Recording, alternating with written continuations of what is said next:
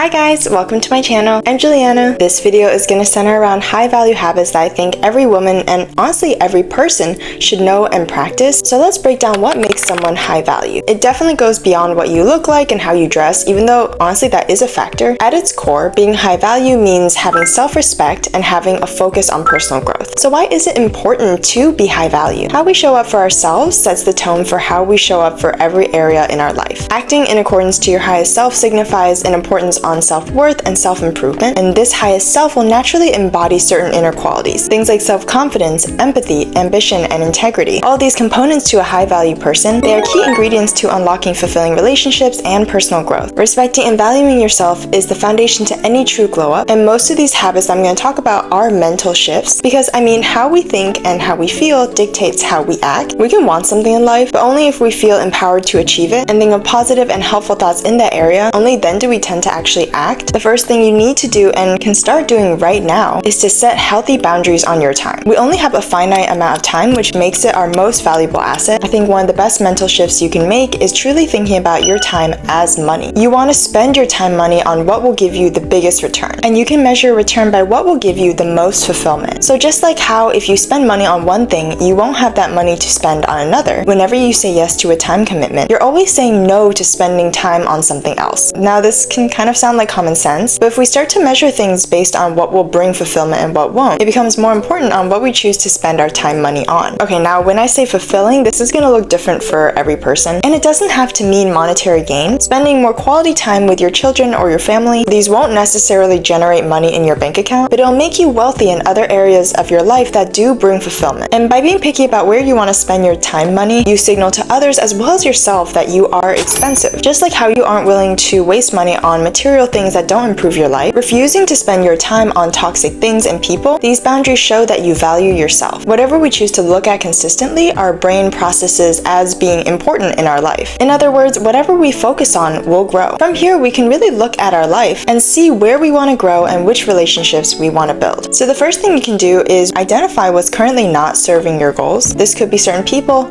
objects, or social media accounts. You'll know that these things have to go because they make you feel drained or uninspired. Remember, how we think and feel dictates how we act. So we want to set ourselves up for success by creating a healthy environment. As kind of harsh as it sounds, we want to purge these from our life. And from there, with this clean slate, we really freed up our time and therefore our attention to focus on things that we do want to grow. It's also incredibly valuable to learn to say no to things that don't serve us and our journey. We all can do anything, but not everything all at once. Saying no is truly a full sentence, which is definitely easier said than done. At the end of the day, none of us want to seem inconsiderate or unkind, but it's also important to realize that it's human nature for others to take and push our limits, especially if we seem fine with it. And politely saying no can actually build respect. Others will see that you're not willing to be a pushover, or at the very least that your time is not free. And if they're meant to stay in your life, they will respect these new boundaries. So to recap, to reset your boundaries, write down everything that you find drains your energy and steals your time. Then make a second list of what you would like to focus on instead. Once you make this energy transfer, you'll be shocked by how certain areas that were stagnant in your life will suddenly start to flourish since you've released toxic energy and are now operating as your highest self. The next habit that I think is small but incredibly powerful is saying thank you rather than sorry. Now I do want to clarify, this is only for certain situations. Obviously, if you did something wrong, like if you've hurt someone else, you don't want to say thank you, you definitely want to apologize. But I think a lot of people, especially women, we've been taught to really keep ourselves small and not to speak out. If you've learned this message your entire life, you can kind of go overboard and start to apologize for things that don't even require an apology. So say in work or school settings, if someone agrees to meet with you one-on-one to help you get to speed on something, when you meet with them, rather than saying something like, "I'm so sorry, I know this is a huge inconvenience, I feel really bad," try swapping it out instead for something like, "Thank you so much for taking time out of your day to meet with me." Or say you make a small error in an email and someone corrects you, rather than just going straight for, "I'm so stupid, I'm so sorry, please forgive me." Instead say, "Thank you so much for catching this, I will fix this," and resend. Either way, the mistake already happened, but the two ways of responding to the situation have a huge difference in tone. The first one, where you apologize, the overall message you send out is really shameful and negative. It makes you come across as someone who's very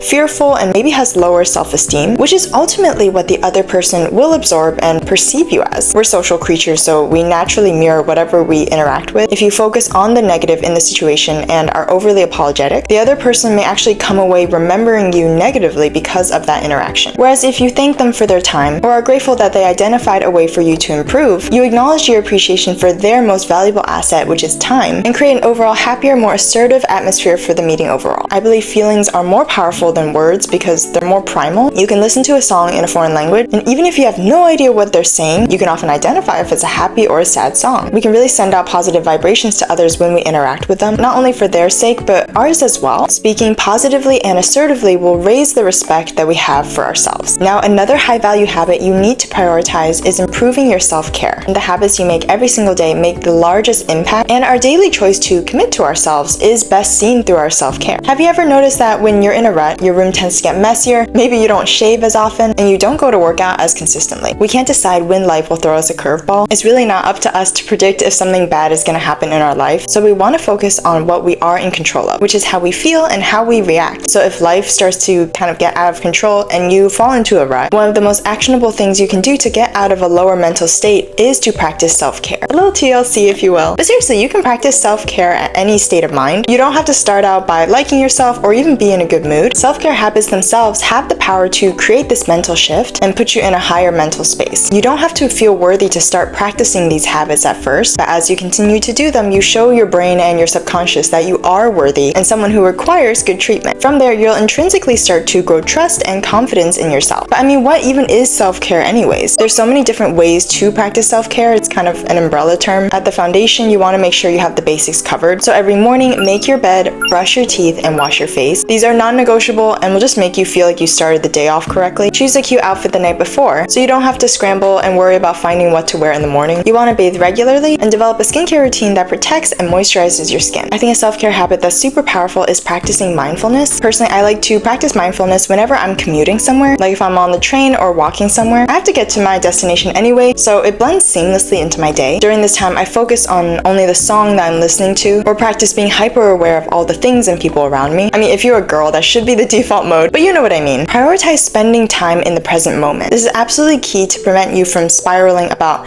things that may happen in the future or what's happened in the past. So once we develop these foundational self-care habits, we can move on to the next level, which is focusing on finding your signature look. This will definitely look different for everyone because our best look will depend on our personality and our lifestyle. It should be realistic to wear and really align with who you are as a person. Someone who's super bubbly and bright will naturally wear something different than someone who's pretty shy and reserved. The signature look of each type will look different. You want to dress in your favorite colors, and I know that sounds kind of trivial, but even such a small switch like the color of our clothes, it all makes a difference in whether we feel like we match our most authentic self. Whether or not you're into fashion or into makeup, when we are the most vibrant, high version of ourselves, it always tends to be reflected in how we look. So you can kind of reverse this process. If you want to step into this higher self but are not really sure how, you can kind of trick your mind in thinking that you're already there by dressing like your highest self first. Okay guys, that's all I have for this video. Do let me know if you want me to make this a series. I feel like I have a lot more points to talk about regarding relationships, mindset, and personal style. But yeah, if you like this video, definitely give it a like and subscribe to my channel. Make sure to follow my Instagram and TikTok. I do a lot more style and fashion related content on there. And yeah guys, I will see you very soon in my next video. Bye guys!